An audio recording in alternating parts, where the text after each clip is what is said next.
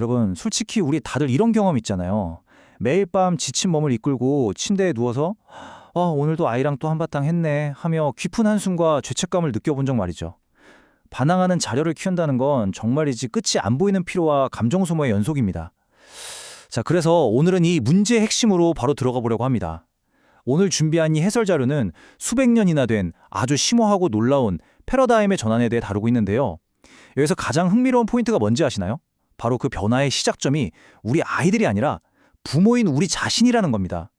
자녀의 행동을 어떻게든 뜯어고치려던 시도에서 한 걸음 물러나서 우리가 이 상황을 도대체 어떻게 바라봐야 하는지 오늘 확실하게 파헤쳐 보겠습니다. 그런데 왜 유독 내 아이의 반항은 이렇게까지 우리를 아프게 하는 걸까요? 아마 지금 이 순간에도 매일같이 가슴 찢어지는 의지력 싸움에서 계속 지고 있는 것 같은 좌절감을 느끼실 수도 있습니다. 여러분, 그 고통과 좌절감 너무나 당연한 겁니다. 내 아이가 나를 팍팍 밀어내고 날선 태도를 보일 때 부모 마음은 정말 무너지잖아요. 하지만 오늘 우리가 살펴볼 자료는 우리가 겪는 이 고통의 진짜 원인을 조금 다른 각도에서 비춰줍니다. 이 자료가 관통하는 가장 핵심적인 메시지가 바로 이겁니다. 자녀의 반항은 단순히 시간이 지나면 해결될 사춘기나 기술적으로 고쳐야 할 심리적 발달 단계가 아니라는 거예요. 오히려 이건 자녀와 부모 모두의 타락한 본성이 아주 적나라하게 맞부딪히는 치열한 영적 전쟁터라고 설명합니다.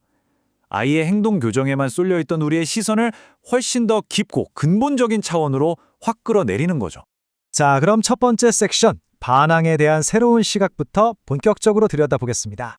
여기서 정말 기가 막힌 통찰이 나옵니다. 마치 거울을 보는 것 같은데요. 한편으로는 자녀가 내가 내 인생의 주인이 될 거야 라며 자기중심적인 죄성을 마구 표출합니다.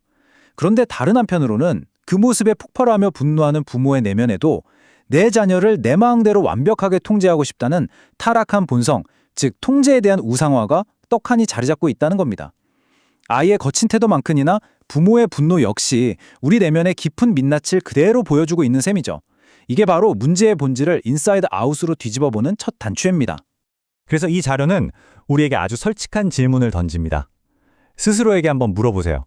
혹시 우리가 세운 숨막히게 엄격한 규칙이나 내 기분에 따라 오락가락하는 일관성 없는 훈육, 혹은 아이를 하나의 인격체로 존중하지 않은 태도가 오히려 아이를 분노하게 만든 건 아닐까요? 청교도들은 에베소서 6장 4절 아비들아 너희 자녀를 노엽게 하지 말고 라는 말씀을 근거로 부모 자신부터 정직하게 돌아보라고 단호하게 요구합니다. 아이를 탓하기 전에 내 과오부터 짚어보는 것, 이게 정말 중요합니다. 이어서 두 번째 섹션입니다. 부모의 내면 점검하기로 넘어가 보죠. 아이가 말대꾸를 하거나 엇나가는 바로 그 찰나의 순간, 우리의 본능적인 반응과 청교도들의 방식은 말 그대로 극과 극입니다. 요즘 우리가 흔히 보여주는 반응은 어떨까요? 분노하고 감정을 폭발시키고 그 자리에서 즉각적으로 아이와 말싸움을 벌입니다.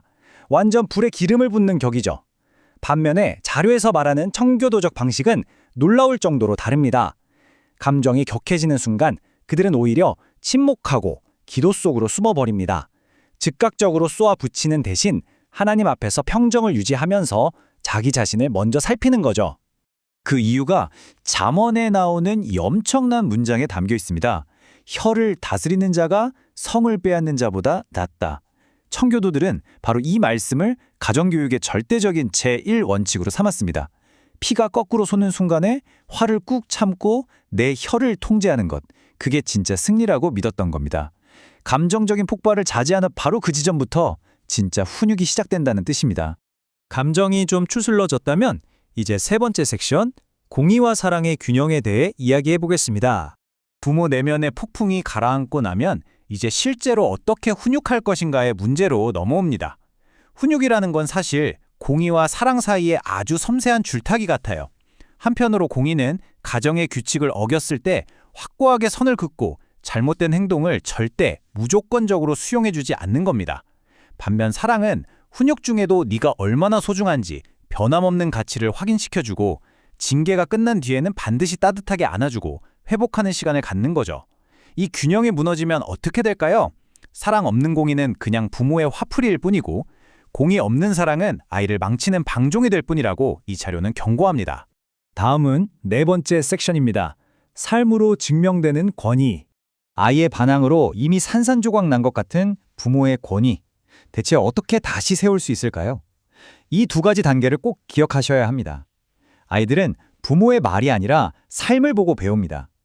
부모가 정작 보이지 않는 하나님의 권위는 깡그리 무시하면서 아이한테만 순종하라고 욱박지르는 건 명백한 위선이잖아요. 진정한 권위는 부모가 매일의 삶 속에서 먼저 순종하는 모습을 보일 때 자연스럽게 증명됩니다.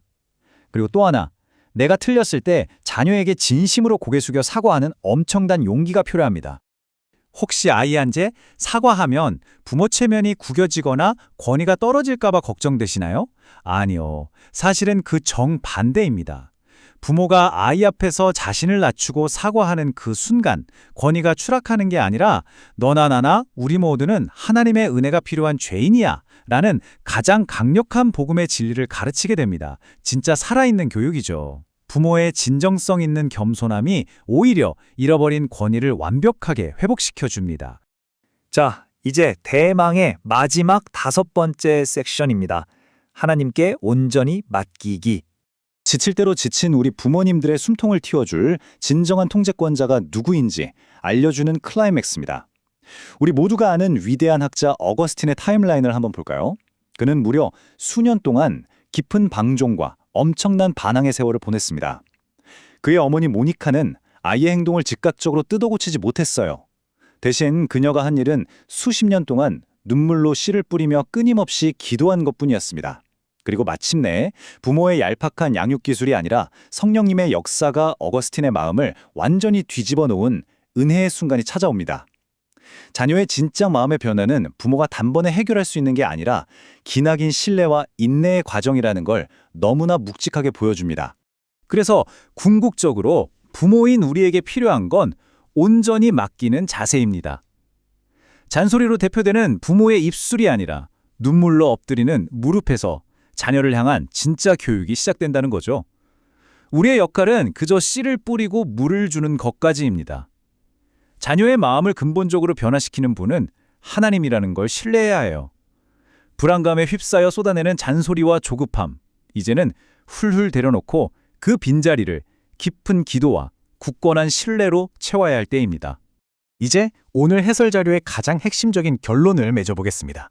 이 눈물나게 고통스러운 자녀의 반항기, 사실 우리를 괴롭히려고 주어진 시간이 아닙니다.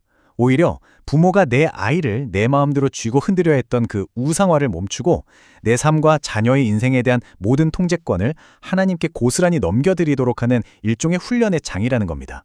고통 자체가 목적이 아니라 우리 내면의 성숙과 온전한 맡김이 진짜 목적이었던 거죠. 오늘 우리가 살펴본 이 내용들, 우리의 시각을 아주 깊고 묵직하게 흔들어 놓지 않나요? 이 분석을 마무리하면서 여러분께 아주 도발적이면서도 근본적인 질문 하나를 직접 던지고 싶습니다. 지금 이 순간 여러분은 그저 어떻게든 자녀의 고집을 꺾기 위해 고군분투하고 계신가요? 아니면 이 뼈아픈 시기를 통해 하나님 앞에서 여러분 자신의 고집과 통제욕을 먼저 꺾어내고 계신가요? 이 질문이 여러분의 복잡하고 지친 마음에 새로운 통찰과 따뜻한 위로로 다가갔기를 진심으로 바랍니다.